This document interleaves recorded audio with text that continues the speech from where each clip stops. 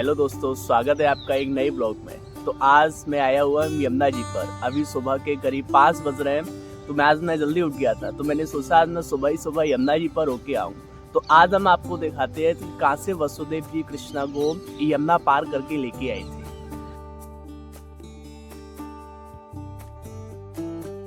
जैसा कि आप लोग जानते हैं, श्री कृष्ण भगवान का जन्म मथुरा में हुआ था, कंस के कारागार में। जब श्री कृष्ण भगवान का जन्म हुआ तो अपने आप जेल के ताले खुल गए थे, वासुदेव जी की बेड़ियां खुल गई थीं, पहरेदार सो गए थे। वासुदेव जी कृष्ण भगवान को टोकरी में रखकर यमुना पार करके लेके आए थे। जब वासुदेव जी यमुना पार कर रहे थे तो यमुना जी की लहरें उफान भर रही थीं। यमुना का यह रूप देखकर वासुदेव जी घबरा गए थे। कान्हा को बचाने की चिंता में दुखी वासुदेव जी कतार स्वर में पुकारने लगे, कोई लो, कोई लो। तो सामने आप जो गांव देख रहे हो, वो गांव को आज भी कोयलो गांव के नाम से जाना जाता है। तभी से उस गांव का नाम कोयलो गांव पड़ गया। आप जो देख रहे हो, ये यमुना जी हैं। यमुना जी को कृष्ण भगवान की पटरानी भी माना जाता है। यमुना जी कृष्ण भगवान के पैर छूना चाह रही थी। इसी कोशिश में नदी का पानी ऊपर उठने लगा। इसके बाद बाल कृष्ण ने अपना पैर टोकरी से निकालकर बाहर रखा। यमुना उनके चरण छूने आ गई। इसके बाद आगे रास्ता बनता चला गया।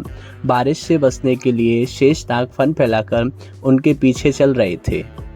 जब वासुदेव जी परम ब्रह्म श्री कृष्ण को अपनी गोद में लेकर जाने लगे, तब कंस के सारे सैनिक योग माया के कारण गहरी निद्रा में चले गए। हमारे प्रभु के कोमल श्री श्याम अंग से एक दिव्य प्रकाश तेज बाहर निकल रहा था, जिससे वासुदेव जी को मार्ग स्पष्ट रूप से दिखाई दे रहा था।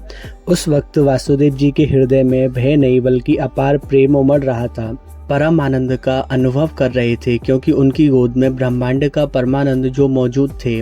वासुदेव जी जब यमुना के निकट पहुँचे, है क्या कहा जाए उस वक्त की दिव्य लीला।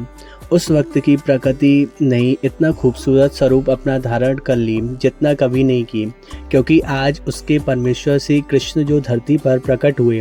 रात्रि के समय में सारे पुष्प खिल उठे। पवन देव भी उन सुगंधित पुष्पों को सुगंध लेकर हर दिशाओं में फैलाने लगे। यमुना जी का जल ऊपर तक विछोर करने लगा।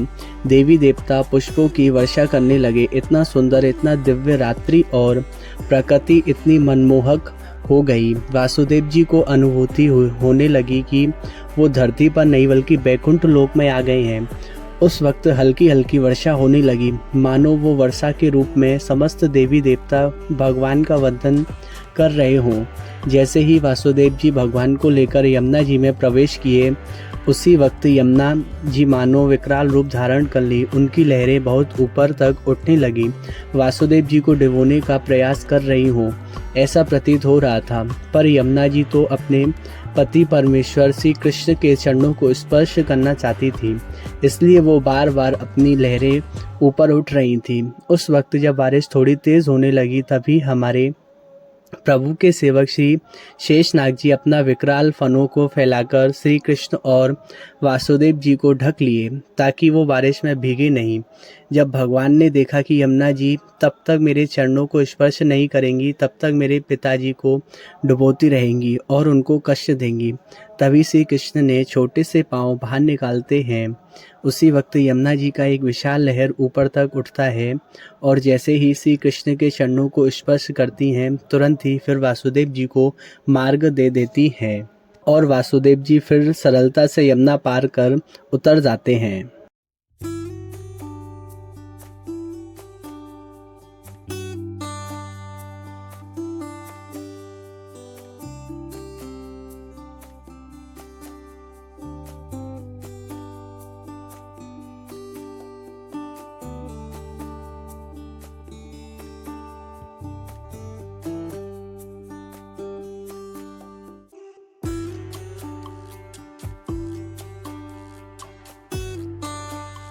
को यहाँ बैठे हुए करीब आधा घंटा हो चुका है, तो भाई बहुत ही सुकून मिल रहा है यहाँ बैठकर।